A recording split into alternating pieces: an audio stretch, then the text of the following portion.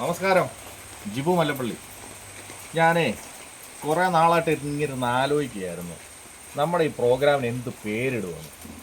ഇങ്ങനെ ആലോചിച്ച് ഞാനിങ്ങനെ പോയി കടലിൽ പോയി കിടന്ന് ഇങ്ങനെ ചിന്തിച്ചുകൊണ്ടിരുന്നപ്പോൾ ഞാൻ എന്നാലും നമ്മുടെ കൂട്ടുകാരോടൊക്കെ ഞാനിങ്ങനെ ചോദിച്ചു നമുക്കിതിന് പറ്റിയ പേര്, ഞാനിപ്പോൾ ചെയ്തുകൊണ്ടിരിക്കുന്ന ഈ ഒരു ചെറിയ പ്രോഗ്രാമിന് പറ്റിയ എന്തെങ്കിലും ഒരു പേര് കാണും. അപ്പോൾ അവരെല്ലാം ഈ പറയുന്നത് നമുക്കിപ്പോൾ ഓൺലൈൻ വഴിയും അല്ലാതെ ഉള്ള പേരുകളൊക്കെ തന്നെ അവർ പറയുന്നത്. അപ്പം അതങ്ങോട്ട് സൂട്ടാകുന്നില്ല. അങ്ങനെ വന്നപ്പോഴാണ് ഞാനിങ്ങനെ കിടക്കുന്ന സമയത്ത് ചിന്തിച്ചപ്പോൾ ഒരു പേരിങ്ങനെ കിട്ടി. അതിൻ്റെ പേര് കേട്ട് ഞെട്ടരുത് കേട്ടോ.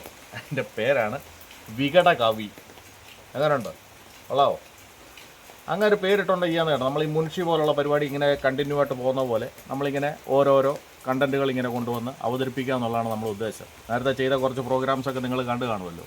അതിനവസാനം ഇങ്ങനെ മുൻഷിയുടെ അവസാനം കണ്ടിട്ടില്ലേ, കോഴിയൊക്കെ ഇങ്ങനെ കൂകുന്നത്.